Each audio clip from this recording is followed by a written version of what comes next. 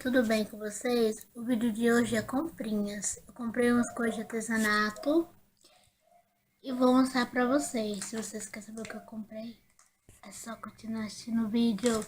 Beijo! Bora! E aí, galerinha, aqui tá a sacola. Eu vou mostrar o que eu comprei.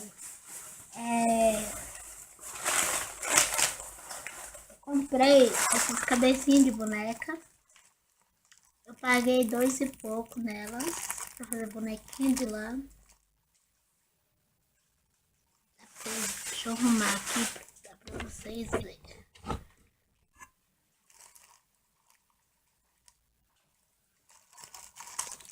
Eu comprei EVA, paguei R$2 cada um. Tem um monte aqui.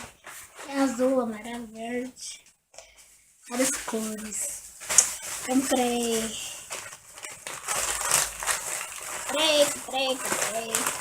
comprei luvas, paguei R$2,50 no pacotinho.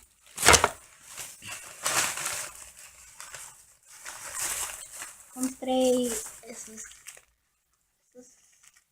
flores de paninho, paguei R$6. Aí tem a rosa, tem a roxinha e tem, deixa eu achar aqui. Nossa, eu tô branco, tá sendo fantasma. Cadê?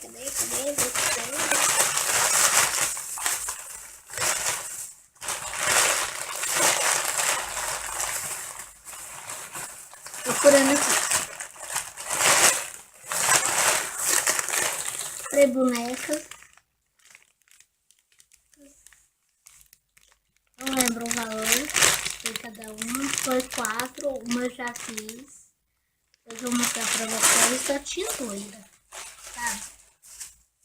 Aí. Também tem a cheia danada. Ela é meio rosa. Rosa mesmo. R$6 que eu paguei nisso.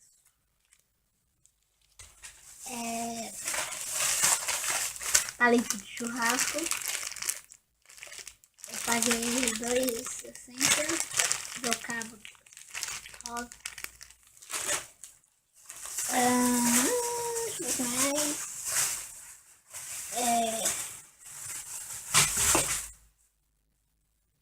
Caiu tudo no chão. Disfarce. Comprei isso aqui, ó. Chama-se fita floral. Paguei R$2,50. Tem o rosa, que o rosa acabou de cair no chão. Eu não vou pegar, não. Tá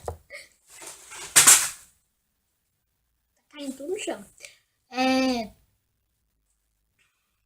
Cola quente. Paguei R$1 e pouco cada um. Tem mais, ela caiu no chão.